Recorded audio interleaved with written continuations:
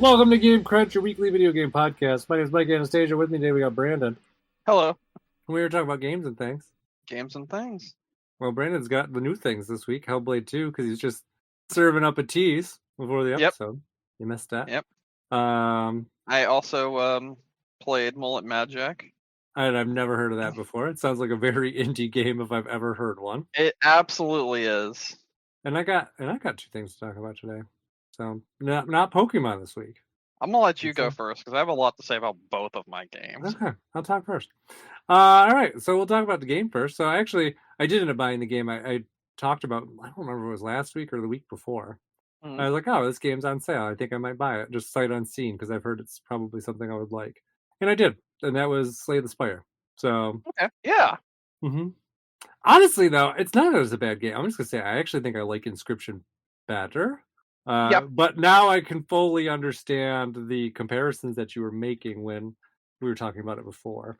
So, because they definitely Slay the Spire is more of like a roguelike. Inscription definitely has a story and all this other stuff to it. That's much more important than the roguelike card game elements, in my opinion, at least. I don't disagree. Although I'd say, like, once you beat Inscription and you're just playing like the card element, like they're very similar. Kind of those multiple maps with different pathways to go through, where you can kind of make your choices and be smart about your card selection and things like that. Where Slay the Spire obviously has Inscription beat, at least as far as I can tell, just seems to be like the much more robust kind of secondary like parts to it. Okay. Like the card gameplays, I would say, are very similar in a lot of ways. But really, there's a lot of those kind of different elements, like the artifacts and the what are the other things, like the potions and those kind of things. Inscription had some of those elements, but not to the same depth that Slay the Spire has. Like it's definitely like a whole different level. Inscription was definitely more really just focused on the cards. Slay the Spire is definitely more of a it has a whole package. I will say though, so just kind of rewind for the listeners. So Slay the Spire is a roguelike card based game.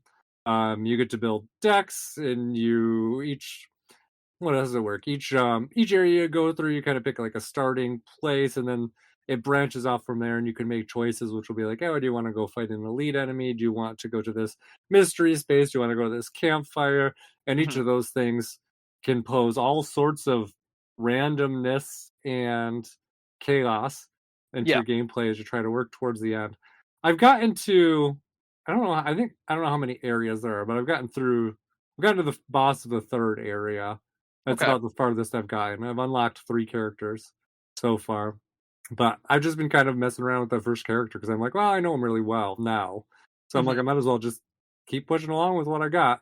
Yeah, that kind of happens to me in these sort of games as well. And then, like, once I beat it with that character, then I'm like, oh, I'll go back and check the other ones. Like, yeah, that's how I'm feeling. I tried it once, and I'm like, oh no, it's too different. I'm like, I can't do it right now. I'm like too focused on the first one.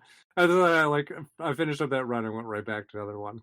But it's fun. It's weird because I'll be moments where like I'll be playing it, and I'll just kind of feel like I'm doing it like just half-heartedly, and then sometimes I'll have like a really good run, and I'll be like super invested. But I've not quite had one of those runs where it's like, I've had lots of runs where I'm like, oh, this is a really cool item. It would be great with this one. But I've never had one where I've been lucky enough to get like a lot of the stuff like in conjunction together. Yeah.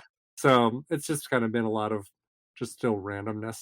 So I want to take you back to 2019 for a second. Mm-hmm. I said in 2019, when I first played Slay the Spire, this is going to be one of those games that ends up having its own genre where it's roguelike card deck builder games. Mm-hmm. Did that not fucking happen everywhere? Yeah. There's definitely quite a few. Yeah, there's so many. Like, this game is the one that kicked it off. This is the one that started it all. I was playing this when it was in early access, and I really enjoyed the game then. I do think there are way better roguelike card builder games now, like just way better.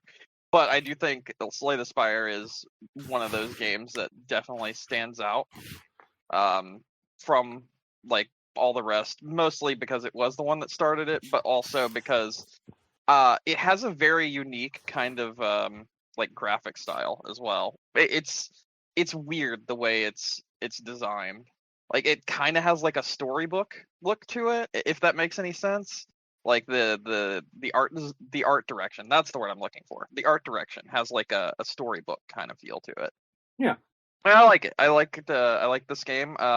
Interesting that you bought Slay the Spire 1 because 2 was just announced like a month ago. Hey, this one was only like it was on sale. I think I spent $4 on it, so it's No, not like This 2 doesn't come out till 2025. It's just the fact that you are now jumping into Slay the Spire a month after the sequel was announced, which is kind of funny to me. Yeah. Well, that happens. And I figured that game was like, I was like, when I was playing, I was like, oh, this game seems like it's right for a sequel. And I was wondering if anything had come of it, but I'm not actually bothered to look into it any further. Yeah, next year they're going to release an early access version of it and probably release the full game in 2026 or at the end of 2025. But yeah, makes sense. That's what they're looking at right now. Yeah, it is really well built for the Switch, though. It's got all of its touch controls intact, and it's got. That's why I think Boltero will be fucking incredible on Switch. Yeah, I debated on buying that instead, and I was like, I will say, I think that is one of the best games in this genre that they have ever made. Boltero, yeah, whatever the fuck it's called. I think it is the best out of every single one of them because it is a game where you can just lose yourself while playing it. Like just completely forget time exists. It's one of those games. Like I told you, I fully expect that I'll probably end up buying that by the end of the year. But yeah, I don't know. It was just that Slay the Spire just kind of fit what I was looking for to some degree for now. So I was like, let's go with it. And as I said, it's been pretty enjoyable so far. So it's really just, the thing that just sucks with these is like sometimes when you just have a really good run, you just get fucked over on the luck. Absolutely. And there's nothing you can do about it. There's another game that I would recommend for you. It's not a deck builder, but it also kind of is, and it's really interesting in the same vein as Slay the Spire. I recently played the demo for this one, actually. It's called Backpack Hero. Have you heard of this? It sounds vaguely familiar. So the way Backpack Hero works is you like go through a dungeon and everything, and you fight enemies, and then you get items from the enemies that you fight and everything. But then you have to like actually sort of like play like Tetris and fit the items into your backpack. And based on what items are next to what items and what items you're able to fit into your backpack and take along with you, they'll do more damage, and also you'll be able to like use the individual items that are inside your backpack. And it's actually like really neat the way it's designed. It's a lot of fun. Okay. That's cool. I think you would like that one quite a bit. Yeah, I'll have to think about it. I think you talked about this game. I think I talked about it when it was announced for Switch. You know what? It was on an indie direct. It was on an indie direct. That's why we talked about it. Good. Yeah, I do remember that's where it was. Yeah. Yeah, so maybe I will eventually. One game at a time. Oh yeah, I'm not telling you to go buy things now. I'm just saying like play it now. Here are some suggestions if you like that game. You will finish it today. No, that's me. We'll get to that in a little bit. Yeah, so that's Slay the Spire. That's it. I really enjoyed it. It's on sale, listeners, although that may be over by the time you listen to it. What's the other thing I did this week? Oh, I started Fallout. Not the game, the TV show. Oh, okay. Yeah. I thought you were about to say you started playing Fallout. I was like, oh, wait, have you never played Fallout? I've never played Fallout. Wow. So, I know. It did actually, the TV show... Without knowledge of the games. Interesting. Huh? I said, you're one of the ones going into the TV show without the knowledge of the games. That's But I don't have, like, the difference is that I don't have zero knowledge of the games. Like, I was watching things and I was able to explain some of the things that were going on to DJ already. Even like at the intro, he was like, asking all these questions. And I was like, well, they live in vaults, they're underground, but they go out and explore, blah, blah, blah. Yeah. But yeah, I wonder if you're gonna do what everyone else that's watched the show has done. What's that? Either buy or play Fallout 4. It crossed my mind. I mean, especially because I do have Game Pass, so it's not like it's an incredible investment. They're all right there. Yeah. Yeah. So I thought about it. I was like, oh, I might, but I'm not there yet. And I don't even know if that's a game I would like, but at least it makes me kind of want to more try it. I will Yeah, say give it a though, go. A lot of people that haven't ever played them right now are playing them off of watching the TV the TV show, show. and they're really enjoying their time with it. It uh, brought Fallout 4 and 76, believe it or not, up to the highest like rated games on PC for like a week, which is insane. I knew that was for Fallout 76. I think we talked about it Yes, recently. yes. Um, And also it's better now, so there's that, there's and that. a lot of people, yeah. So I mean, it's not like No Man's Sky level of turning it around, but it's like Cyberpunk level essentially. Yeah. Yeah, actually, it's still in the top 10 games on Steam right now. Oh, really? Yeah, This is kind of, it's out of Bethesda's kind of wheelhouse. Like, well, we'll release a subpar game and just fix it over time until it's yeah. decent. That's Fallout 4. Yeah. But also, one thing to keep in mind for Fallout 4, if you do try it, they just added the next gen patch to Oh, consoles, so nice. you'd be able to play the new updated version of Fallout 4, which I don't know what that is because I haven't played it myself yet. Huh. Yeah, what was I gonna say about the TV show?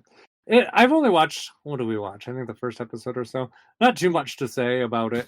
Yeah, it's cinematically it looks very nice. The big complaint I've heard about the show, and I can already kind of see it, is it doesn't really seem like there's a lot of story drive.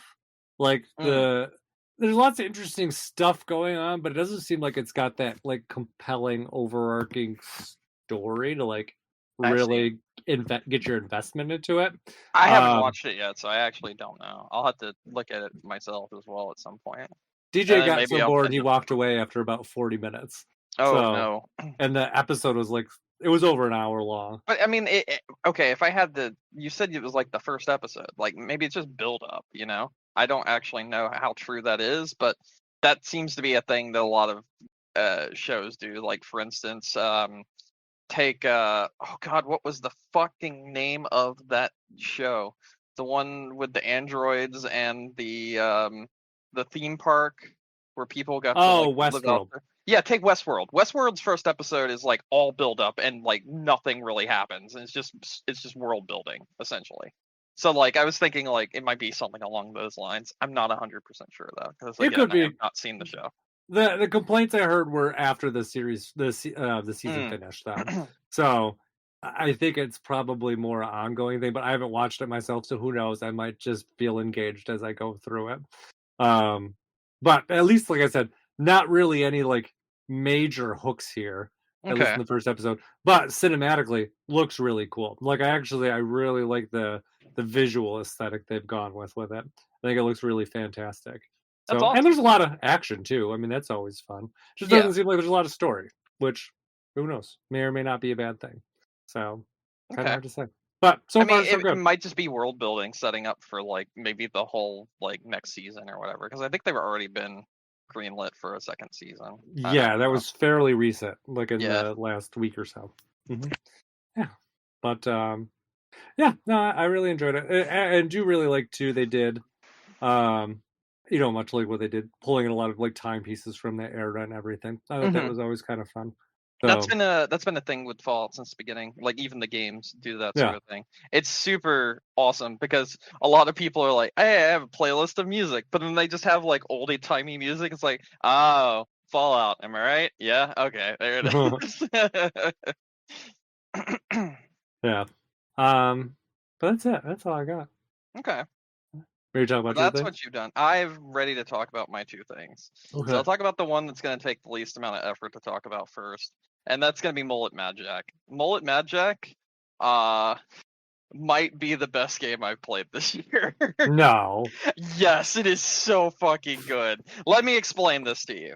So the way Mullet Madjack works is, and I'll give you like a little link to the game itself so you can see. All right, the way this game works is, I put it in general. The way this game works is, it's a action game where you have to travel up a certain amount of floors to save the princess. But it's also kind of like a whole a commentary on consumerism that's actually really good. So you're like driving as Mr. Mullet first and foremost, and he gets chosen to be a moderator. And a moderator has to kill robots in a dystopian future for the viewer's pleasure, essentially. And the likes that you get on your stream, because the entire world sees the moderator's point of view while he's destroying these robots trying to save the princess. The likes that you get on the stream are what keep you fueled and having blood pump through your veins. You have 10 seconds to kill something, and if you don't kill something within 10 seconds, your heart stops and you die. So this game is extremely fast-paced. You have to constantly be killing things. Just Wait, have you already over and talked about over. this game? I've This talked sounds about very the familiar. demo. I've talked about the Okay. demo, and now I have played the entire game, and I've finished it also. Okay. Yeah. I was like, as you're describing it, as I'm looking at this video, I'm like, Yep. this feels so fucking familiar. I I'm played like, the I demo, swear. and it was awesome then. The entire game is awesome as well now that I've played the whole game. It is super fucking cool. The amount of different abilities that you can get while you're like traveling up the floors, and the actual story, believe it or not, is very well done. Okay. It also likes to subvert like that sort of thing, because it does seem just like an arcadey game where you're traveling 10 floors. If you die, then you go back to the first floor of those 10 floors. So like if you die on floor 9, you go back to floor 1. If you die on floor like 25, you go back to floor 20, that sort of thing. But they actually did a lot of things to like change it up. Like for instance, you have this little Tamagotchi pet thing, and the Tamagotchi pet actually turns out, and I'm gonna give a very minor spoilers, to be like your guardian. And at one point in this, something happens where the guardian needs to come out and actually do something because of what happened. And the thing that happened like kind of floored me. I was like, holy shit, they're doing that? Okay, that's super cool. I was not expecting that. That's really, really weird. And yeah, I think the thing that made this so interesting was it took the idea of the traveling so many floors up and blah blah blah blah blah, and it found a way to change it up every single like chapter. And it also found ways to introduce new stuff every single chapter. So it didn't really, again, it's one of those games that did not feel like it ever outstayed its welcome or was like annoying me at any point in time. And it always felt like it was evolving as I was playing the game. So by time it was done evolving and getting to the end point, I was like, okay, that's cool.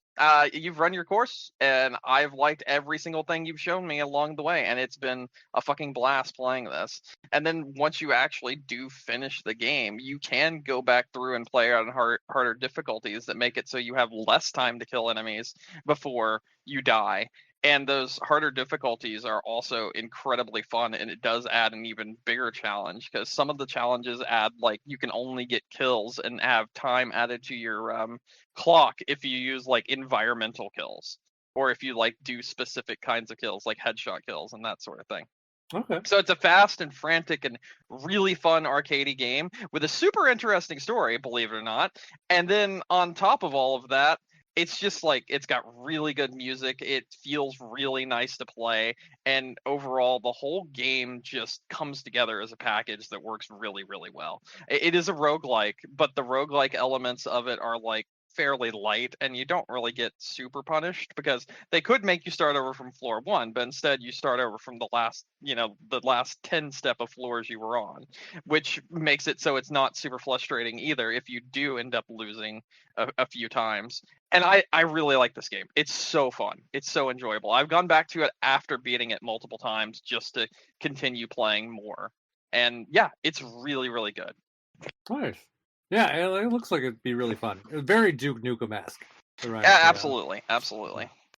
You Like actually can get you know how like we were talking about, it's a roguelike and everything. You get 3 perks that you get to choose from at the end of every floor when you beat it, and one of the perks you can choose is more one-liners, which actually makes the character spout off more Duke Nukem like one-liners. Oh, really? But they're really funny because they're like not like video gamey at all. He'll say things like corporations are not your friends and shit like that. That is funny. He'll be like, women love basic hygiene. It's fucking I mean, good. they do. They do, but like as a one-liner, it's really funny to hear like a grizzled, like gruff voice shout something like that. So yeah, it doesn't take itself seriously, but it does have a decent story, like a pretty damn good story compared to like what I expected it to be, and it does keep your attention the entire way through the game, which is awesome. So Yeah. I liked it a lot. I like I said, Voltero, Mullet Madjack, two best games I've played this year, easily. Okay. Very nice. Now, All right. Hey, what about your third best game you played this year? let's talk about Hellblade 2. Okay. All right, let's talk about Hellblade 2. So I've put about 6 hours of game, well, I guess 5 hours, 5.5, something like that, hours into Hellblade 2, and that also is exactly enough time to finish the game. And I finished the game already. I did it in one sitting. It came out at 4 a.m. I finished it by like 11. So yeah, this game, it's very weird. I have a lot of problems with it, like Uh-huh. a lot of problems. So I'll go ahead and say this first and foremost. For the entire like first half of the game, it just feels directionless. Like there is nothing happening at all. Like there's clearly something happening, and you clearly are following a plot, and there is a plot that's happening. But you as a character, you as Sinua, do not feel important to the story in any shape or form in the first half of the game, in my opinion. And because of that, it really just makes it feel like you're going through the motions. And it almost even feels like Senua is feeling the same way. And I'm not sure if that's by choice, but if it is by choice, it was a really bad choice because it makes the entire first like 2.5 hours feel like a complete slog. You know how we talked about games that have perfect pacing and that like is like really good for what it is and then doesn't outstay its welcome. Yeah. This is the exact opposite. It outstays its welcome from the beginning. Like you kind of have to push through the first 2 hours of this game. And that's really, really a shame because it does feel like this game is a very, very pretty tech demo. It is, I will say this, all right? The music, incredible. The graphics are second to none. I have never seen a game that looks better than this in my life. It is near photorealistic. It is insane how good this game looks. I cannot believe just how good this game looks. This is also the first really stable Unreal Engine 5 game that I've played. So that's cool. Okay. But that kind of falls apart as you go further into the game, the stability, at least on the PC side, it did for me. It was very stable for the first like 3.5 hours for me, and then by the time I was getting to the end, it was doing some weird janky shit a little bit. But I feel like that is probably just to do with Unreal Engine 5 in general. But I did like my time with it, but I would say this game is okay, like Okay. at best. Like it's the most 6 or 7 out of 10 period. And not only does it outstay its welcome within the first 2.5 hours, then there's like an hour that is quite literally probably the worst thing I've ever played in a video game. And then the game is good for like another hour, and then it's nothing. And there's a lot of points in this game where you're walking and talking with NPCs, and it's just such a drag. So annoying. The kind of like, oh, let's look at the pretty stuff that's around us. That's surprising because usually walking or talking with NPCs is the best part of any game. Oh yeah, yeah. But let's maybe don't make that 70% of your game. Oh Jesus, yeah. And then when it's not 70%, I'm going to share one of the worst levels I think I've ever played in a video game. I'm going to share that with you right now. Okay.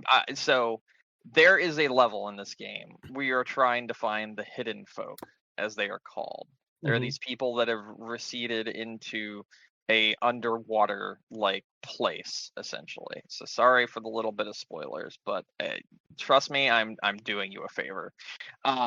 While searching for the hidden folk, you have to give up pretty much everything to get them to witness you, essentially, and to get them to pay attention to you and help you out. So at some point, you have to give up your torch, and then you have to wander through the dark, completely dark, for like 30 minutes, following a pathway that's led out by the hidden folk. That's these like sparkle lights on the ground that you follow. So for like, I want to say it's like 30 minutes because it felt like 30 minutes. You are just following pitch blackness and sparkle lights on the floor and talking. And that is it. That is the entire game for that chapter. And before that, the entire game consists of moving back and forth and lighting braziers and unlighting braziers to make things appear and disappear in what is some of the easiest puzzles I've played in a video game in a very fucking long time. This game was designed for game journalists to fucking gush over. There is no stakes in this game whatsoever at any point in time. I'm gonna tell you how many no stakes there are in this game. Yeah. I didn't know that there was a parry button, and I finished the entire game before I ever knew there was one. Oh, yeah. Oopsies. So that happened. Yeah. I'm gonna do a little bit slightly more spoilers, and I'm sorry. If I talk any more though about it, I will just ruin the entire game. Okay. There is a plot point that is being told to you. You don't really get a plot for this game until after that 2.5 hour mark that I told you about, essentially. Okay. Mm-hmm. Like it starts out, you're a slave now.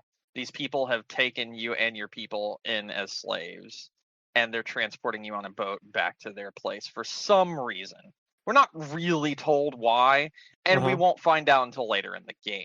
Okay. But the thing that's even weirder is, Senua in general in all of these games is a very unreliable narrator because she has psychosis, because she is just in general a mess and doesn't really understand what's real and what isn't. And that makes it you, the player, not understand what's real and what isn't because you're playing through what's real and what isn't at the same time, as with the original Hellblade. And that's fine.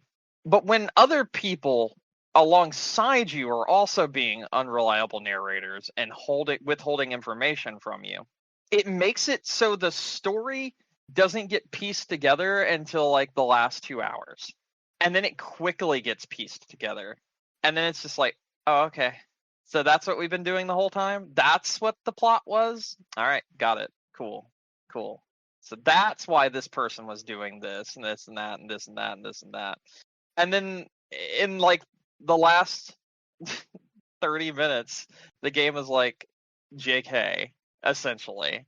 And whatever you thought was the plot isn't. And it's just like, okay. And then it just ends. And I was just like, oh, so that's what we're doing. Okay, cool. I guess that was a game. I don't know, man. I don't know what the fuck been in development for like 5 years. That took 5 hours. I guess they designed an hour every year of the game. Yeah, I don't know. And I guess 2020 was the year where they decided to do the fucking follow the darkness, pitch black with fuzzy lights level, which is it is legitimately the worst thing I've played in a video game in like several years. I could not believe how much of a drag and how much it really tore down the pacing of the entire game, which already was poorly paced. That's disappointing. So yeah, I say play the game if you're interested and have 5 hours to kill. Play it all in one sitting, treat it as a movie because the game is barely a game. Mm-hmm. And then after that, decide if you care anymore, because I don't know if I care about this franchise anymore after this game, which is really bad. That's bad. But like, it really was a kind of game that was, people make fun of PlayStation games for being walking simulators, like movies, essentially, where there's a little bit of action in between. This is literally just a fucking movie. Like, this is literally just a fucking movie. There's so little gameplay, and the gameplay that is there is so easy that it practically spells out exactly what you need to do. And I was telling you about the unreliable narrators and everything. I finished the game and I was given the option of getting a second and third narrator, and they're the characters that were withholding information from me the entire fucking game. So like, what the fuck? That, like, it feels like they did that on purpose to make me go back through the game. But I remember the stages that I played that were such slogs, and I'm not going back through this game. I did not like it. No, I don't blame you. It's not good enough. I don't know what the fuck they thought they were doing. I don't know what they thought they had accomplished here, but they didn't. Like I said, this is the most amazing looking game graphically that I have ever seen. Like, period. And at points and times, it does literally look like photorealistic. Like, it is insane how good it looks. The sound quality of all the, the schizophrenia and all the psychosis and shit going on with Senua is like cranked up to 11, and it works really, really well, and it sounds really good in a nice pair of headphones. So they did nail that once again. It's just everything around it, such as the story, such as the gameplay or lack thereof, and the pacing is just so bad compared to the original that it isn't like, it's not something I want to go through again. Like, I don't. Like, I was talking to Katie about it, and she's like, "Oh, don't really spoil any of it. I want us to play it." And I was like, "I really don't want to play this game again." Yeah, that's too bad.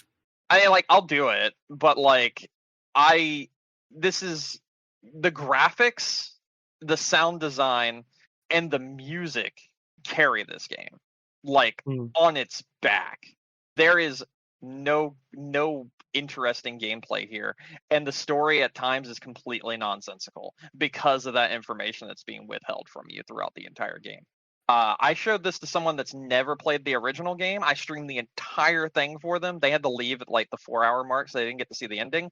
But the whole time they were like, "Listen, I'm not sure if it's because of the fact that I didn't play the original game or what, but a lot of this doesn't make any sense." And my response to them was, "Well, I played the original game, and a lot of this doesn't make any sense." So I don't know what they were going for here, but they failed, and it's really upsetting, to be completely honest. I have no interest in anything to do with this series, again, essentially. And that's bad because there's no ending to this fucking game also. Sorry, I'm going to spoil that for you real quick. There's literally no fucking ending to this game. Well, the good news is I just saw in the rumors when I was just looking, supposedly that Hellblade 3's already been greenlit, so... Well, it makes sense, because we probably got half a game. Yeah, they're probably like, we got all these great ideas we've been working on for years. Although some of these reviews I'm actually really surprised about. Oh, they're high. They're very high. Yeah. Eurogamer gave it a perfect score. Yeah, several people did. And I do not know what game they played. I legitimately do not know what game they were playing. This is a mess, and I liked the original game quite a bit. You remember I put it in the top 10 for our Game of the Year discussion, or at least my portion of Game of the Year, the year that I played it. I liked the original game a lot. This one, it feels like a mess. Like I said, the pacing is so incredibly bad at times that I quite literally just stood there being like, why am I doing this? And then by the time I got to the end of the chapter, I was like, oh, now I understand why I'm doing this. But why wasn't this something that was front-ended instead of being at the back end of the chapter? I don't get it. There was no point to it. It was like, what the fuck is why? The only and one more thing, right? We saw those Xbox press conferences where they showed off the gameplay, and we saw some gameplay of it twice. Mm-hmm. Those were the last 4 chapters of the game. Huh. That's why they made sense. Yeah. Look at it. I'm just reading through some of these reviews, and I'm just like, these don't sound anything like. But yeah, it's interesting because it's like, they're talking about, this one's talking about those kind of walking moments, and they're like, they're brilliant. I mean, it's not their words. I'm just kind of paraphrasing, but I'm like, okay. Yeah. They're not brilliant. They're nothing. They're literally padding. Like this game, if it didn't have those walking moments, would be 3 hours. Yeah. No, it sounds like an issue. And remember, I told you at the beginning of this is a game journalist's wet dream, basically, because it essentially plays itself. Mm-hmm. And then you're seeing a lot of game journalists flating it. You fucking wonder why. Yeah, makes sense. Yeah. Well, interesting. I might still end up checking it out, but I think you should, because I would like to hear someone else's opinion, because this game left a really sour taste in my mouth. Because I just, I play a lot of things. And we just had the discussion where I mentioned how much I don't like when something is wasting my time. mm-hmm. And I felt like this game was wasting my time. But I would like to see like your opinion on it, because there are like some vastly different opinions, but I really do stand by. I think this entire game was a waste of time. Okay. Fair. So, like I said, the music, which is fucking incredible, the sound design, which is also fucking incredible, and the world building as well as the graphics, which is second to none. I've never seen anything that looks better than this in a video game. They carry it across and make it like a 6 or 7 out of 10. But the otherwise, no, I got nothing. Yeah, sounds like a mess. Mess. All right, ready to move on to news? Yeah, sure. Okay. All right, what's in the news? Not too much. NSO update with Game Boy games. We got Mario Land Alleyway and baseball. I like. I like Mario one of Land's these. good. I would say I like one of these games. One of them is nostalgic, and one of them I will never play. I guess that's the what is it, marry, fuck, kill kind of thing. Yeah. Yeah. I like Alleyway. Mario Land I have nostalgia for. I recognize it's not like the greatest platformer, and then I'm never gonna play baseball. So I would have actually given it to Mario Land. I would play. I'm nostalgic for baseball, and I would never touch Alleyway again. See, Alleyway is just like Breakout. I love it. It's just very easy. Oh wait, am I thinking of the wrong game? I don't know. Wait, hold on. Alleyway is just one of those. You got the little tube at the bottom, and you're bouncing the ball off of it and breaking blocks. Oh, I'm thinking of the wrong game. I was thinking of so I didn't look at what the games were, right? Yeah. I was thinking of that one where you punch the guy into the manhole cover that's open, that Nintendo keeps re-releasing over and over again. Oh, Urban, like the Urban Champion. I don't know what the fuck it is. Yeah. I was thinking that. Took place in an alleyway for some reason. Yeah, that's that what we makes were sense. talking about. Never thought about that before. That makes a lot of sense.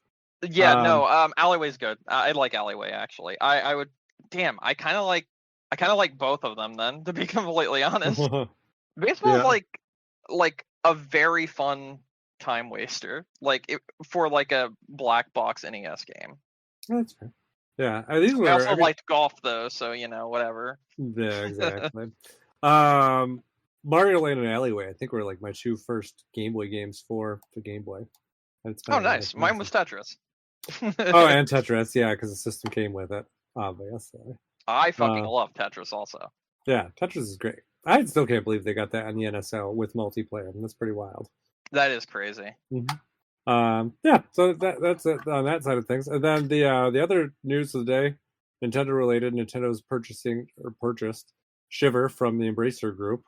So specifically, from what it sounds like, to handle third-party ports.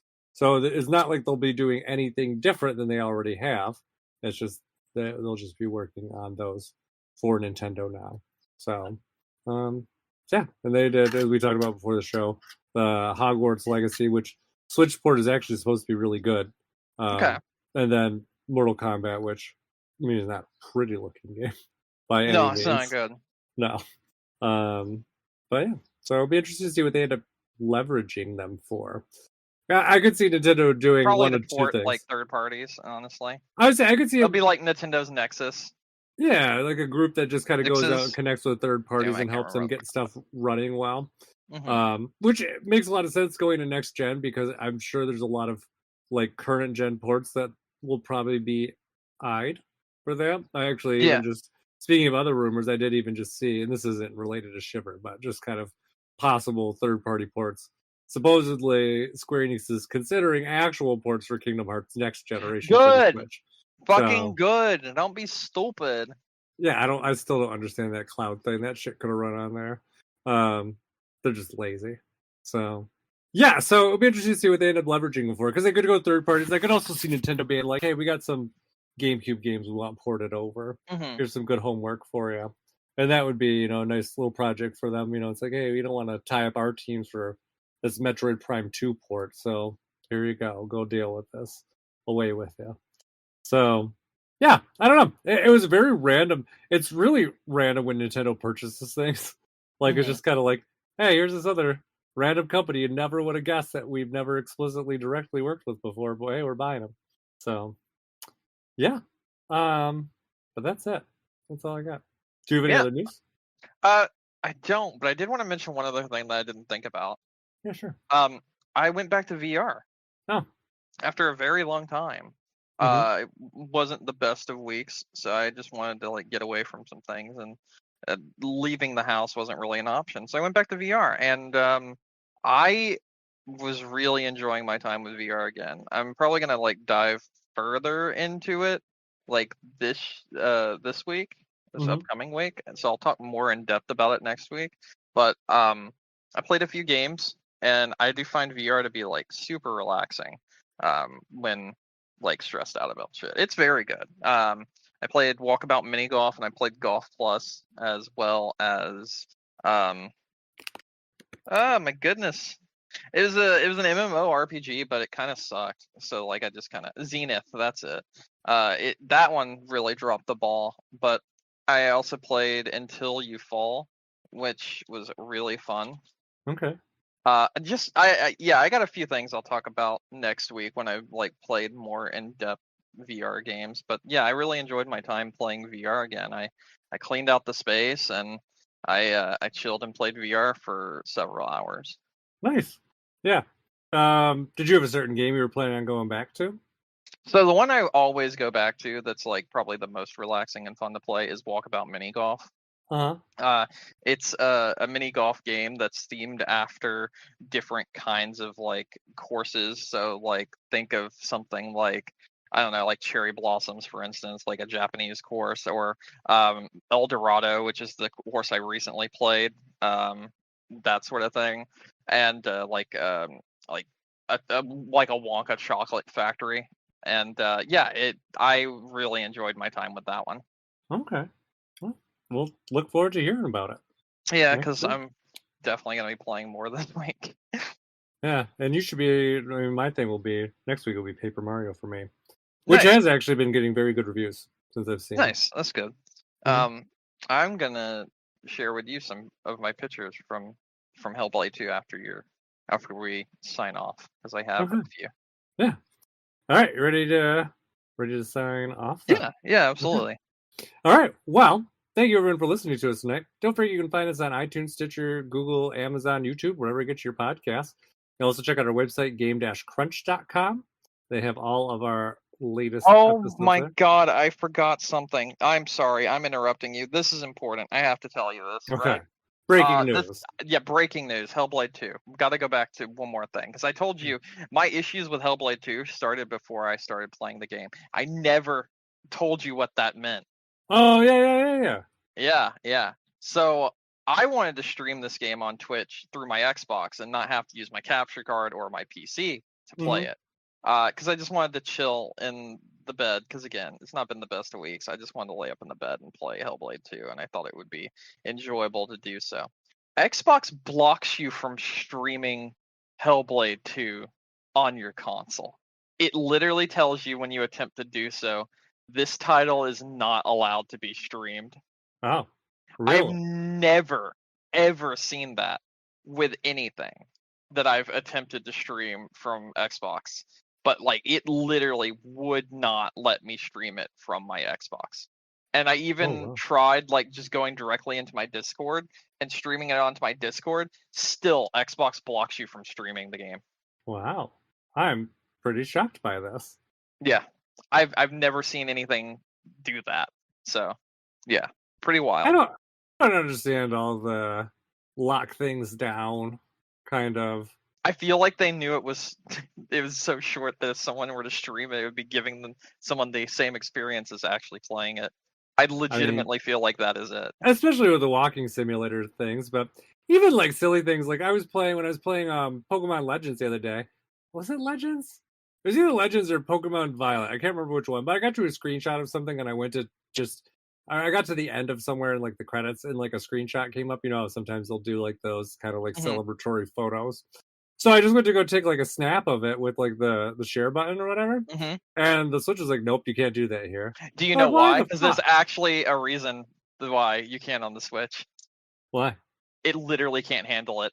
It literally had to be turned off because of the fact that it was causing performance issues when attempting to take video or screenshots of some games on the Switch. So some games on the Switch literally cannot take pictures of from the game itself because it'll fuck the game because that's how poorly the Switch runs. This one though, I don't think is that case. So, we're talking about Legends, like the open world one where you like throw that one was one of them, 100%. I knew that like from the start. You can't do screenshots in that one? No. I just do it. Let me check. I don't believe this. Maybe this is the first time I tried to do it. I don't think I've ever taken a screenshot in Legends, if I recall correctly. But yeah. Or maybe you could at the beginning and then they turned it off because of how poor the performance was after doing so. I'll have to try it out. I don't know. And I can't necessarily find it very quick by Googling it. So I'll have to try out and see. I do know that it's like a legit problem with Nintendo Switch though. Like you can't take screenshots because in some cases it actually impacts the performance if you do. Because that's how the Switch is. Yeah, I can see it with like certain games. Like I understand. But this is there's no reason given for why you can't with Hellblade 2. It just is like no. Yeah, that one would definitely be 100% like we just don't want you to spoil the game. I don't know. Interesting. I'll have to check and see because I'm not sure with this one. I'll have to actually like test it, like old school. I actually named my stream the game Xbox won't let me stream. I mean, it's not a lie. Yeah. You would think with where they are, like in terms of like this game, like it's getting no like visibility. Like you think that they would be like, hey, let's get people out there streaming. These are people, you know, it's just got some more like visual people, like see people playing it. Like nothing. Like this game, like it's an absolute like nothing. Like there's nothing out there for this. And clearly they purchased reviews. I'm only being half serious. But no, I don't think they purchased reviews. I think man.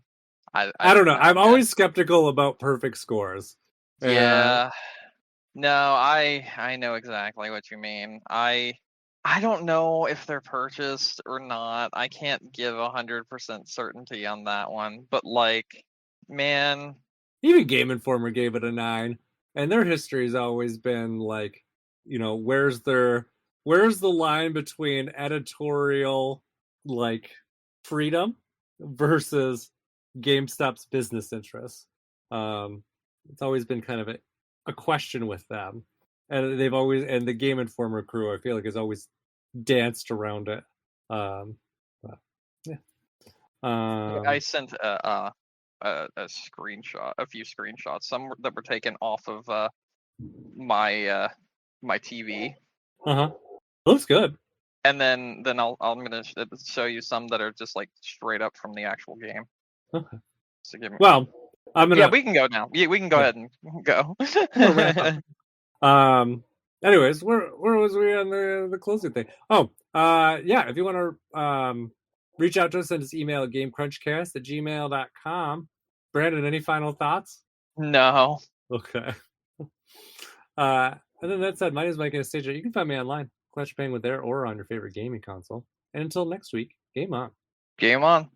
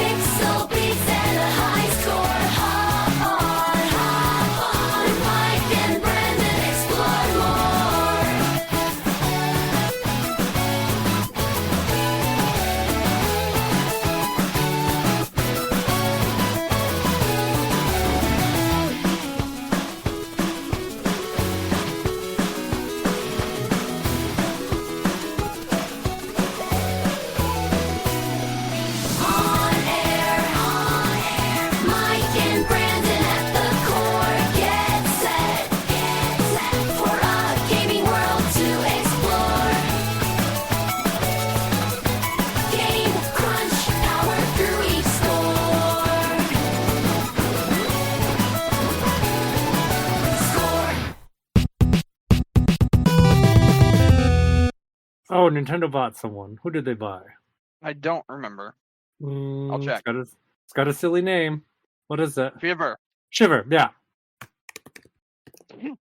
Actually, that's really funny. Now that you mentioned that.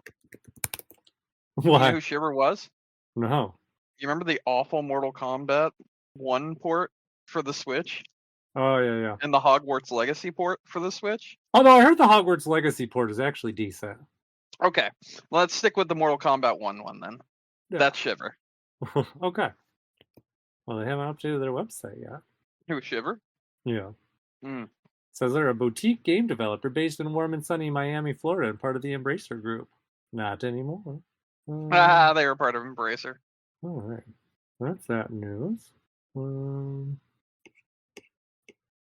I just saw a joke that said that university bookstore worker stole $20,000 worth of textbooks, the police say. And then the comment on it is, oh my god, I hope they recovered both of the books he took.